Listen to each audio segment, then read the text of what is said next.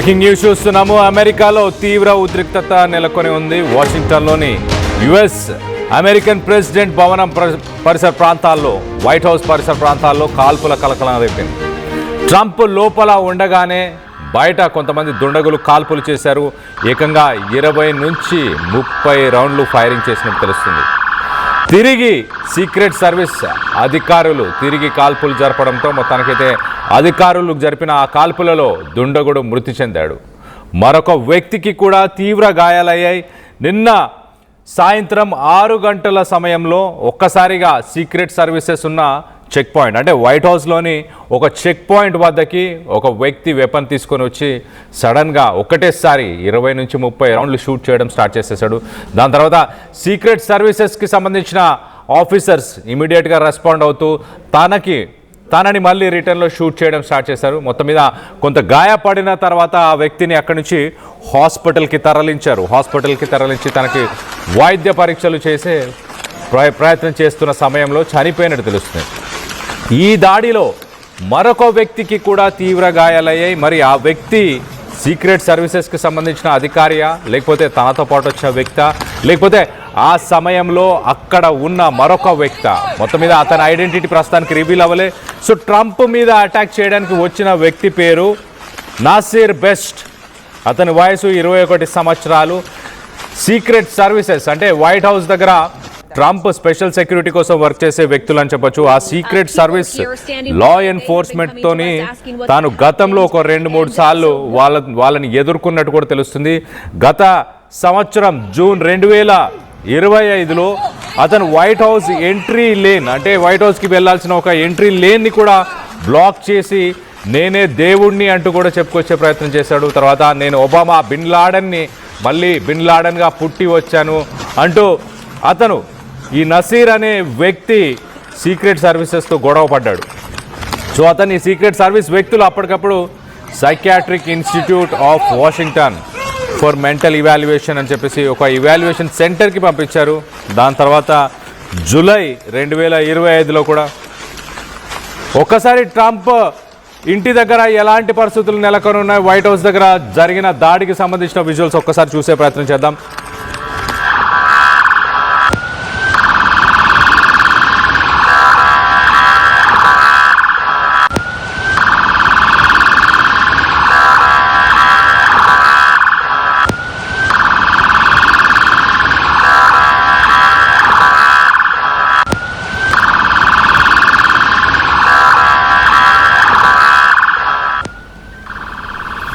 Right, మనం నిన్న చూసాము ఇవాంకా ట్రంప్ కూతురు, 40 సంవత్సరాల వయసు ట్రంప్ కూతుర్ని ఎట్టి పరిస్థితిలో చంపాలంటూ ఇరాక్కి సంబంధించిన ఒక వ్యక్తి అతను పబ్లిక్గానే ఒక అనౌన్స్మెంట్ చేశాడు. ట్రంప్ కూతురు ఇవాంకా ట్రంప్ని నేను చంపబోతున్నాను. అతను మరోపక్క ఇరాన్కి సంబంధించిన ఇస్లామిక్ రెవల్యూషనరీ గార్డ్స్ వాళ్ళు ట్రైనింగ్ చేసిన వ్యక్తి అని చెప్పొచ్చు. ఆ వ్యక్తి మరి ట్రంప్ కూతుర్ని ఎందుకు టార్గెట్ చేశాడు? ఇవాళ డైరెక్ట్గా ట్రంప్ని అటాక్ చేశారు, వైట్ హౌస్ని అటాక్ చేశారు. ఈ వైట్ హౌస్లో అటాక్ జరిగిన సమయంలో ట్రంప్ వైట్ హౌస్లోనే ఉన్నాడు. మరి ముఖ్యంగా 5 గంటల 10 నిమిషాల సమయంలో మరొక ప్రెస్ మీట్ అటెండ్ అయ్యాడు. ఆ ప్రెస్ మీట్ అటెండ్ అయిన ఇంటర్నేషనల్ రిపోర్టర్స్ అందరు కూడా వైట్ హౌస్లో అదే సమయానికి ఉన్నారు.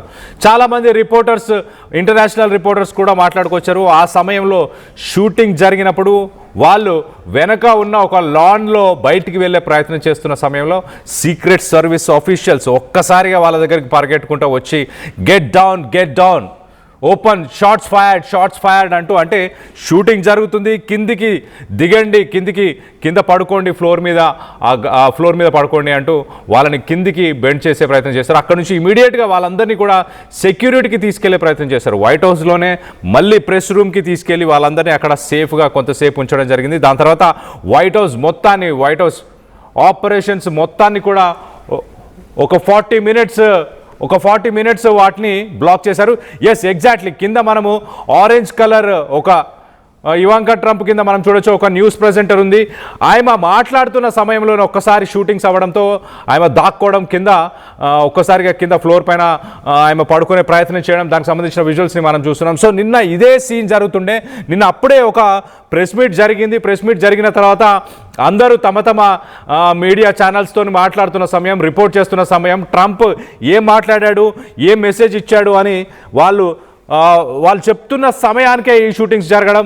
ఒక్కసారిగా అక్కడ ఉన్న ఇంటర్నేషనల్ రిపోర్టర్స్ అందరూ కూడా ఉలిక్కిపడ్డారు. మనం చూడొచ్చు విజువల్లో. ఆమె చూడండి మాట్లాడుతుంది. సడన్గా షూటింగ్ జరగగానే షార్ట్స్ ఫైర్డ్ అంటే ఒక్కసారిగా అక్కడ గన్ ఫైరింగ్ జరిగింది అని అర్థం అవ్వగానే ఆమె వెంటనే ఒక్కసారి ఆమె లైవ్లో మాట్లాడే సమయంలో ఏం జరిగిందో ఒక్కసారి చూసే ప్రయత్నం చేద్దాం. అక్కడ సిచ్యువేషన్ కూడా అర్థం చేసుకునే ప్రయత్నం చేద్దాం. That President Trump has said a deal is close, only for the two sides to remain far apart.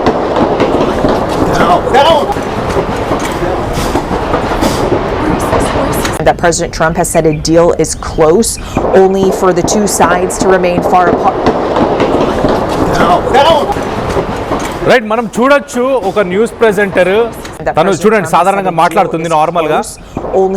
వెనకాల ఒక్కసారి 1 2 3 4 కంటిన్యూస్గా షార్ట్స్ ఫైర్ చేశారు. తను రియలైజ్ అయింది, అర్థమైంది తనకి ఇది గన్ షాట్స్ ఫైరింగ్, ఇది నార్మల్ ఏదో వచ్చిన సౌండ్ కాదు, ఇది పక్కా ఒక గన్ నుంచి వచ్చిన షార్ట్స్ అని చెప్పేసి అర్థమై వెంటనే ఆమె ఎక్స్ప్రెషన్లో చూడు ఒక్కసారిగా కళ్ళు పెద్దదిగా చేసేసింది. చూడండి ఒక్కసారిగా కళ్ళు పెద్దగా చేసి ఇంకా అసలు ఏం మాట్లాడలేదు, డైరెక్ట్ ఫ్లోర్ మీద పడుకునే ప్రయత్నం చేసింది కింద. సో నిన్న ఇలాంటి సిచ్యువేషన్ వైట్ హౌస్ లో ఎదుర్కొని ఉన్నారు. ఈ వ్యక్తే ఈ నసీర్ బెస్ట్ అనే వ్యక్తి, ఈ వ్యక్తే రైట్ సైడ్ బాక్స్ లో మనం చూస్తున్న వ్యక్తి, ఈ వ్యక్తే నిన్న ట్రంప్ని చంపడానికి వెళ్ళాడు. ట్రంప్ని చంపడానికి వెళ్లే ముందు కూడా సోషల్ మీడియా మాధ్యమంలో అంటే సోషల్ మీడియాలో కూడా నేను ట్రంప్ని చంపబోతున్నాను, నేను ఒసామా బిన్ లాడెన్గా పుట్టి వచ్చాను అంటూ ఇతను మాట్లాడిన మాటల్ని ప్రస్తుతానికి సోషల్ మీడియాను కూడా సీక్రెట్ సర్వీస్ అధికారులు ట్రాక్ చేశారు. సో ఈ వ్యక్తి గతంలో 3 సార్లు వైట్ హౌస్లోకి ఎంటర్ అవ్వడానికి ప్రయత్నం చేశాడు. కానీ ఆ 3 సార్లు అతని దగ్గర వెపన్ లేదంటూ అమెరికాలోని సీక్రెట్ సర్వీస్ ఆఫీసర్స్ చెప్తున్నారు. కానీ ఈసారి డైరెక్ట్గా వెపన్ తీసుకొని వెళ్ళాడు. ముందుగా అంటే వైట్ హౌస్ ఎంటర్ అవ్వడానికి ఏదైతే ఒక సెక్యూరిటీ పోస్ట్ అంటే ముందుగా ఒక దగ్గరికి వెళ్తారు, అక్కడ మీ దగ్గర ఏమున్నా అక్కడ మెటల్ డిటెక్టర్స్ అలాగే మిమ్మల్ని పూర్తిగా చెక్ చేసే ఒక చెక్ పాయింట్ అని చెప్పొచ్చు, ఎంట్రీ పాయింట్ అని చెప్పొచ్చు. ఆ ఎంట్రీ పాయింట్ దగ్గర ఉన్న వ్యక్తులనే డైరెక్ట్గా షూట్ చేయడం స్టార్ట్ చేశాడు. 20 నుంచి 30 రౌండ్లు 20 నుంచి 30 రౌండ్లు షూట్ చేసేసాడు. సో ఈ మధ్య కాలంలో మనం చూస్తే నిన్న ఇవాంకా ట్రంప్ని చంపాలని ఒక వ్యక్తి చెప్పడం జరిగింది. దాని తర్వాత ఇవాళ ట్రంప్ని డైరెక్ట్గా అటాక్ చేసే ప్రయత్నం. ఒక నెల కింద కూడా మనం చూస్తే కనుక ఒక 1 మంత్ బ్యాక్ కూడా ట్రంప్ని చంపే ప్రయత్నం చేశారు. సో మొత్తం మీద ట్రంప్ మీద నెగటివిటీ అమెరికాలో ఉన్న ప్రజల్లో వస్తుంది. అలాగే ఇరాన్కి సంబంధించిన ప్రజలు కావచ్చు, ఇరాక్కి సంబంధించిన ప్రజలు కావచ్చు, అమెరికాలో ఎవరైతే ఇమిగ్రెంట్స్ ఉన్నారో ఆఫ్ఘనిస్తాన్ ఇమిగ్రెంట్స్ కూడా లాస్ట్ ఇయర్ మనం చూస్తే ఆఫ్ఘనిస్తాన్ ఇమిగ్రెంట్స్ కూడా ట్రంప్ని చంపడానికి ప్రయత్నం చేశారు, ట్రంప్ని చంపుతామని కూడా డిక్లేర్ చేశారు. సో మొత్తం మీద ట్రంప్ మీద నెగటివిటీ పూర్తిగా పెరుగుతుంది. మిడ్ టర్మ్ ఎలక్షన్స్కి వెళ్ళక ముందే అతని పైన 64% ప్రజల్లో నెగటివిటీ ఉన్నట్టు తెలుస్తుంది. తన పరిపాలన సరిగ్గా లేదంటూ కూడా వాళ్ళందరూ భావిస్తున్నారు. మరోపక్కన ఇరాన్, ఇజ్రాయెల్, అమెరికా ఈ యుద్ధంలో కూడా ట్రంప్ తీసుకున్న డెసిషన్స్ ఇప్పటిదాకా ప్రతిరోజు చేసిన ఖర్చు వాటన్నిటిపైన కూడా అక్కడ ప్రజలు చాలా తీవ్రంగా చాలా అసంతృప్తిగా ఉన్నట్టు కూడా తెలుస్తుంది. ఇదంతా వాటికే నిదర్శనం. ఖచ్చితంగా డైరెక్ట్ ట్రంప్నే టార్గెట్ చేస్తూ అటాక్ చేసే ప్రయత్నం ఈ వ్యక్తి 3 సార్లు వైట్ హౌస్కి వెళ్ళే ప్రయత్నం చేశాడు. దాని తర్వాత ఈసారి సక్సెస్ఫుల్గా ఒక వెపన్ని తీసుకొని వెళ్ళే ప్రయత్నం చేశాడు. దానికి సంబంధించిన విజువల్స్ని మనం కింద చూడొచ్చు రైట్ సైడ్ బాక్స్లో. ఆ వైట్ హౌస్ మొత్తాన్ని నిన్న సాయంత్రం సుమారు 6 గంటల సమయంలో ఈ ఘటన చోటు చేసుకుంది. అంటే అర్ధరాత్రి సమయం, ఇక్కడ ఇండియాలో అర్ధరాత్రి సమయం చెప్పొచ్చు, ఆ సమయంలో ఈ ఘటన చోటు చేసుకుంది. అప్పుడు ఒక్కసారిగా ఈ షూటింగ్ ఫైరింగ్స్ అవ్వంగానే అక్కడ ఉన్న రిపోర్టర్స్ అందరు కూడా ఒక్కసారిగా షాక్కు గురయ్యారు. వారందరినీ సీక్రెట్ సర్వీస్ ఆఫీసర్స్ కొంత సెక్యూరిటీకి తీసుకెళ్లి సేఫ్టీలో ఉంచే ప్రయత్నం చేశారు. మరోపక్కన ఒక 40 నిమిషాల పాటు వైట్ హౌస్ మొత్తాన్ని లాక్డౌన్లో విధించారు. అంటే ఎటువంటి కదలికలు లేకుండా వైట్ హౌస్ మొత్తాన్ని షట్ డౌన్ చేశారు. వైట్ హౌస్ అనగానే సాధారణంగా వైట్ హౌస్ పరిసర ప్రాంతాల్లో స్నైపర్స్ కూడా రెడీగా ఉంటాయి. 24/7 24 గంటలు అక్కడ స్నైపర్స్ కూడా రెడీగా ఉంటాయి. సీక్రెట్ సర్వీసెస్ సంబంధించిన ఆఫీసర్స్ ఈ వ్యక్తి షూట్ చేసిన వెంటనే ఆ స్నైపర్స్తోని రిటర్న్లో ఈ వ్యక్తిని షూట్ చేశారు. అయితే ఈ ఘటనలో ఈ వ్యక్తి కాకుండా, అంటే ఈ నసీర్ బెస్ట్ అనే వ్యక్తి కాకుండా మరొక వ్యక్తి కూడా గాయపడ్డాడు. మరి ఆ వ్యక్తి ఎవరు? ఆ వ్యక్తి మరి నసీర్ షూట్ చేసినప్పుడు ఆ వ్యక్తి గాయపడ్డా, వైట్ హౌస్ని విజిట్ చేసే పర్సనా, లేకపోతే సీక్రెట్ సర్వీసెస్లో పనిచేసే వ్యక్తి అన్న దానిపై కొంత క్లారిటీ అయితే లేదు. కానీ మొత్తం మీద ట్రంప్ మీద అటాక్ చేయడానికి మరొక ప్లాన్ అని చెప్పొచ్చు. రానున్న రోజుల్లో ఇంకా చూసే అవకాశం కూడా ఉంది అంటూ విశ్లేషకులు చెప్పుకొస్తున్నారు. మరి ట్రంప్పై హత్యాయత్నానికి ప్రయత్నించింది ఎవరు? దీని వెనక ఇరాన్ హస్తమేమైనా ఉందా అనే కోణంలో ప్రస్తుతానికి దర్యాప్తు చేస్తున్నారు. మరోపక్కన ఇవాంకా ట్రంప్ని చంపుతామంటూ ఐఆర్జీసీ ఒక వార్నింగ్ ఇచ్చింది. ట్రంప్ని కాకుండా ట్రంప్ కూతుర్ని ఎందుకు టార్గెట్ చేస్తున్నారు? ఈజీ టార్గెట్ అనా, లేకపోతే ఫ్లోరిడాలో ఇవాంకా ట్రంప్కి సంబంధించిన ఒక ఇల్లు ఉంది, ఆ ఫ్లోరిడా ఇంటిని మేము టార్గెట్ చేస్తాము, ఆ ఇంటిని పేల్చేస్తాము, ఇవాంకా ట్రంప్ని చంపేస్తాము అంటూ ఐఆర్జీసీ ఒక స్టేట్మెంట్ ఇచ్చింది. ఆ స్టేట్మెంట్ ఇచ్చిన జస్ట్ కొద్ది గంటల్లోనే వైట్ హౌస్ పైన దాడి జరగడం, తాజా దాడితో ట్రంప్పై 5వసారి హత్యాయత్నం అని చెప్పొచ్చు. ఈ ఘటన చోటు చేసుకున్నప్పుడు ట్రంప్ వైట్ హౌస్లోనే ఉన్నాడంట. ఈ ఘటన చోటు చేసుకున్నప్పుడు ట్రంప్ వైట్ హౌస్లోనే ఉన్నాడు. వైట్ హౌస్లో ఉన్నప్పుడు సీక్రెట్ సర్వీస్ ఆఫీసర్స్ ట్రంప్ దగ్గరికి వెళ్ళి సిచ్యువేషన్ అంతా ఎక్స్ప్లెయిన్ చేశారు. మొదట ఒక 40 మినిట్స్ లాక్డౌన్ని పెట్టారు. ఆ లాక్డౌన్ తర్వాత ఆ లాక్డౌన్ అయిపోయి ఇంకా థ్రెట్ లేదు, ఈ వ్యక్తి కూడా చనిపోయాడు అని నిర్ధారించి ఇంకా ఎలాంటి థ్రెట్ లేదు అనుకున్న తర్వాత ట్రంప్కి సీన్ అంతా కూడా నీట్గా ఎక్స్ప్లెయిన్ చేసే ప్రయత్నం చేశారంట. సో మొత్తం మీద ఓవరాల్గా ట్రంప్ మీద ఇప్పటిదాకా 5వసారి హత్యాయత్నం జరిగిందని చెప్పొచ్చు. మరి రానున్న రోజుల్లో ఏం జరగబోతుంది? ప్రపంచ దేశాలను శాసించే అమెరికాకి ప్రెసిడెంట్ ట్రంప్ పైనే 5 సార్లు అటాక్స్ అంటే ఎంత నెగటివిటీ ప్రస్తుతానికి ట్రంప్ మీద ఉందో అర్థం చేసుకోవచ్చు. ఇరాన్ పైన యుద్ధమా, ఇతర కారణాలు ఏమైనా ఉన్నాయా? అమెరికాలో తను తీసుకుంటున్న పాలసీ చేంజెసా? ఒక్కసారిగా మనం చూస్తే ప్రపంచ దేశాలకు సంబంధించిన ఆర్థిక వ్యవస్థ ఒక్కసారిగా కుప్పకూలిపోవడానికి కూడా ట్రంపే కారణం అంటున్నారు. ఇప్పుడు ఇండియాలో మనకు పెట్రోల్ ధరలు బగ్గుమంటున్నాయి కదా, దానికి కూడా ట్రంపే కారణం. ₹5 ప్రస్తుతానికి పెట్రోల్ డీజిల్ ప్రైజెస్ పెరగడం జరిగింది. రానున్న రోజుల్లో ఇంకా పెట్రోల్ డీజిల్ కొరత కూడా ఏర్పడే అవకాశం ఉన్నట్టు చాలా క్లియర్గా తెలుస్తుంది. ప్రధానమంత్రి మోదీ కూడా దీనిపైన మాట్లాడారు. వీటన్నిటికీ ట్రంపే కారణం, ట్రంప్ వల్లే ఇలాంటి కష్టాలను మేము ఎదుర్కొంటున్నామంటూ అమెరికాలో ఉన్న ప్రజలు కూడా భావిస్తున్నారంట. అమెరికాలో కూడా ఒక గ్యాలన్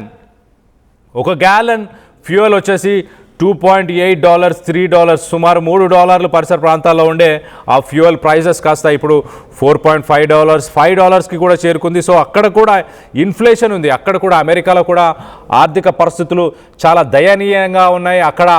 అక్కడ కూడా నిత్యావసరాల ధరలు ఆకాశాన్ని అంటుతున్నాయి అంటూ అక్కడ ప్రజలు ట్రంప్కి వ్యతిరేకంగా నినాదాలు చేస్తున్నారు.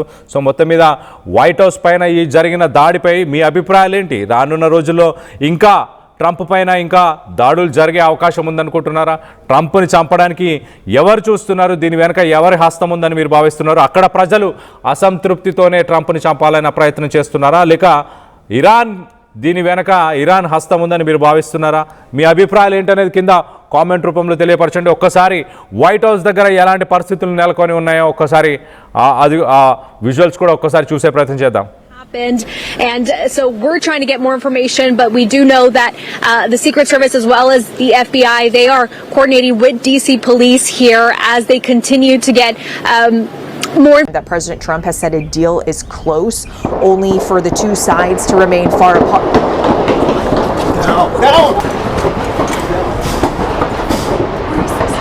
That President Trump has said a deal is close.